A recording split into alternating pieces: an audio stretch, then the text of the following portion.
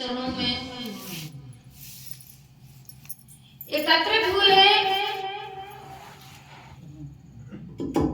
क्योंकि ये बहुत ही पुनीत अवसर है और हमारी माता जी साक्षात प्रमाण है, क्योंकि ये जीवन जो मिला है बहुत ही दुर्लभता से मिला है, ये सहज नहीं है और बिना गुरु के संभव नहीं है। जिन पर विशेष कृपा होती है मालिक की, उनको ही सत्संग प्राप्त होता है। सत्संग इतना सहज नहीं है। हमारी माता जी साक्षात प्रमाण है, जिन्होंने अपने गुरु पर,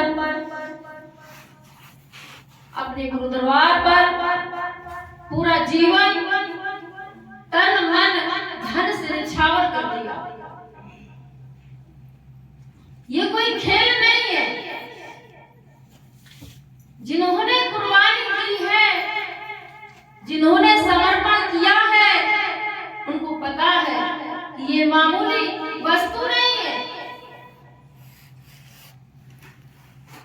त्याग अंतर्मात्मा से, अंतर विश्वास के साथ होना चाहिए। उन्होंने क्यों किया? क्योंकि बिना गुरु की सेवा और बिना गुरु के शरण के ये जीवन सफल नहीं हो सकता। हमारा जीवन ऐसे ही बंधा हुआ है जैसे कि एक किसान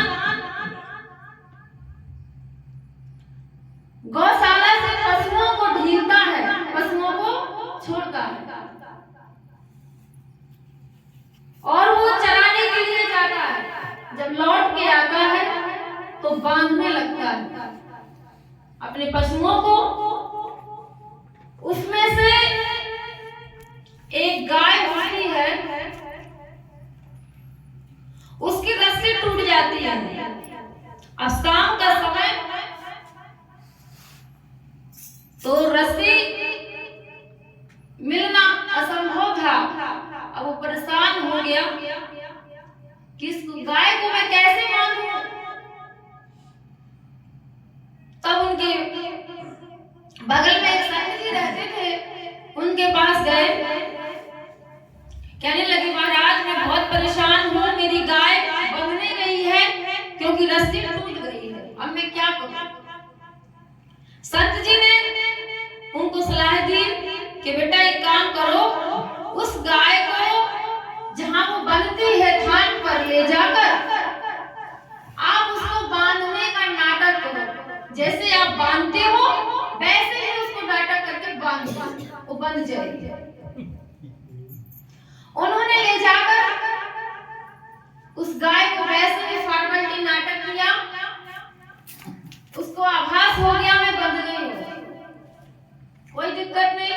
जब सुबह खेत पर ले जाने के लिए, उनको चराने के लिए छोड़ने लगे तो सारी गायों को ढील दिया, बस वही गाय खड़ी की खड़ी रह गई।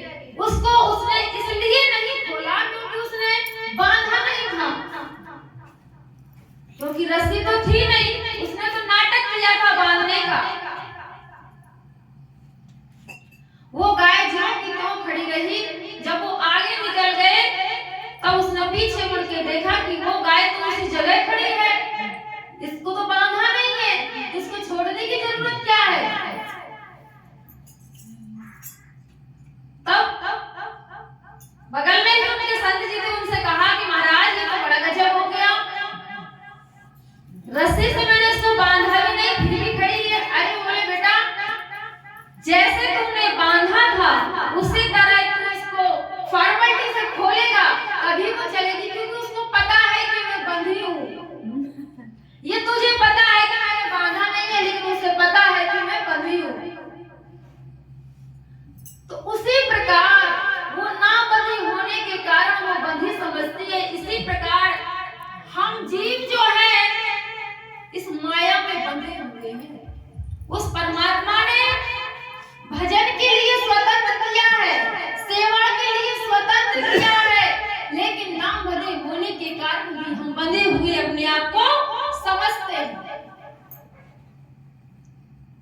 भजन, भक्ति, सेवा, सत्संग, इसके लिए तो परमात्मा ने जन्म ही दिया है, शरीर की रचना ही की है।